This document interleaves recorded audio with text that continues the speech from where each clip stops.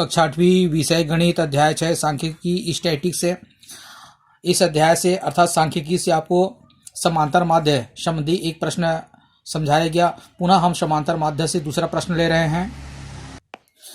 प्रश्न क्रमांक 1 किस प्रकार से दिए गए आंकड़ों से हम समांतर माध्य ज्ञात करेंगे, यह आपको बताया गया। पुनः हम देखते हैं प्रश्न क्रमांक 2, 50 से 70 तक की सम संख्याओं का समांतर माध्य ज्ञात कीजिए। 50 से 70 तक की सम संख्या, तो सबसे पहले हम 50 से 70 तक की सम संख्याओं को लिखेंगे। हल, यहाँ प्रश्न क्रमांक 2 को हम हल कर रहे हैं। सबसे पहले देखते हैं 50 से 70 तक की सम संख्या। तो यहाँ पर पहले लिखेंगे 50 से 70 तक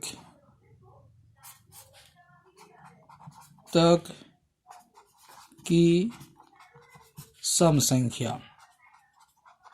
पहले हम सम संख्या को लिख देते हैं। 50 से प्रारंभ करेंगे, 50 होगा, इसके बाद 51 विषम होगा, 52, फिर उसके बाद 54, इसके बाद हो जाएगा 56, इसके बाद हो जाएगा 58, इसके बाद हो जाएगा 60, इसके बाद हो जाएगा ये 60 के बाद 62, फिर 64, इसके बाद हो जाएगा 66, इसके बाद हो जाएगा 68 और अंत में होगा ये 70। इस प्रकार से 50 से 70 के बीच सम संख्या 1 2 3 4 5 6 7 8 9 10 और 11, यहाँ पर कुल संख्या 11 है। कुल सम संख्या यहाँ पर 11 निकला। अब हम फार्मूला को लिखेंगे। सूत्र होता है समांतर माध्य बराबर आंकड़ों का योग बटे आंकड़ों की संख्या। अब हम सभी आंकड़ों को यहाँ पर क्रम से लिख देते हैं। 50 धन 52 धन 54 धन 56 धन 58 धन 60, इसके बाद धन 62 धन 64 धन 66 धन 68 धन 70। इस प्रकार से लिखने के बाद हम यहाँ पर एक बटे का चिन्ह डाल देंगे। अब यहाँ पर गिनेंगे आंकड़ों की संख्या। अब यहाँ पर हम आंकड़ों की संख्या गिनते हैं। 1 2 3 4 5 6 7 8 9 10 11, अर्थात इसे हम 11 से भाग करेंगे।